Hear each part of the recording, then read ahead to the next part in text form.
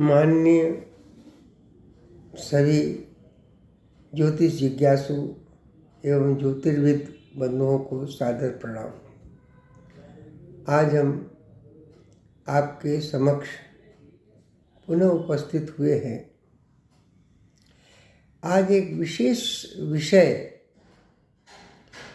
आपके समक्ष हम रखना चाहते हैं। उस विषय का शीर्षक है कि जातक जिस ग्रह दशा में जन्म लेता है उसके जीवन काल में किस प्रकार से शुभ अशुभ घटनाएं घटती हैं, उसके बारे में हम लोगों ने 1100 कुंडलियों का अध्ययन करने के बाद जो निष्कर्ष निकाला है वो हम आपके समक्ष प्रस्तुत करने जा रहे हैं। जैसे कि किसी जातक का जन्म सूर्य की महादशा में हुआ है तो उसके जीवन काल में कुछ ऐसी घटनाएं हैं जो ग्रह स्थिति कुंडली में जैसी भी हो वो कम बेशी उसका प्रभाव शुभता अशुभता का कम या अधिक होना एक अलग बात है, परंतु कुछ ऐसी घटनाएं अपना स्वरूप जरूर लेती हैं जो आपके समक्ष हम प्रस्तुत कर रहे हैं। जातक जो सूर्य की दशा में जन्म लेता है, आप पाएंगे कि 16 वर्ष की अवस्था तक जातक को स्वास्थ्य संबंधी बाधाएं रहती हैं। 22 से 40 वर्ष तक का कालखंड जातक के लिए बड़े संघर्षों का होता है और 40 से 56 वर्ष का जो कालखंड है उसमें जातक के जीवन में धीरे धीरे स्थिरता आती है, परंतु 68 से 75 वर्ष का कालखंड मृत्यु से संघर्ष करते हुए व्यतीत होता है। धनु, मकर, कुंभ, मीन लग्न वालों के लिए यह कालखंड विशेष रूप से प्रभावी होता है।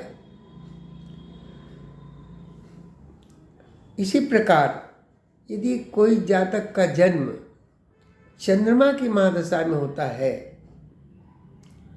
तो उसके जीवन में कुछ विशेष घटनाएं देखने को मिलती हैं। ऐसे जातक का जिसका जन्म चंद्रमा की महादशा में हुआ है, जीवन काल में 17 वर्ष से जन्म से 17 वर्ष से 35 वर्ष का कालखंड मानसिक शांति के लिए अति संघर्षमय रहता है और 35 वर्ष से 65 वर्ष का कालखंड विशेष भाग्योदय कारक होता है। 65 वर्ष के बाद जीवन का अंतिम समय स्वास्थ्य बाधा युक्त रहता है। स्नायु संबंधित बीमारियां एवं परोक्ष शत्रुओं का जातक संघर्ष करते हुए अपने जीवन का अंतिम समय व्यतीत करता है। इसके बाद बुध जिस जातक का जन्म जिस जातक का जन्म मंगल की महादशा में होता है उसका बालपन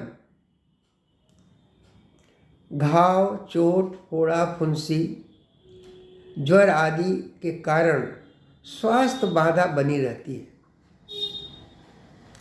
25 वर्ष की उम्र तक वह असामाजिक पापयुक्त कार्यों में उसकी मति लगी रहती है, जिससे इस कालखंड में जातक को विशेष कष्टों का अनुभव होता है। मंगल की दशा में जन्मे हुए जातक का 25 वर्ष के बाद उसकी भाग्य वृद्धि धीरे धीरे होती है और 60 वर्ष की उम्र तक उसको श्रेष्ठ उपलब्धियां प्राप्त होती हैं। जीवन के अंतिम कालखंड में यह जातक मुकदमा, रोग, शत्रुओं से संघर्ष का सामना करता है।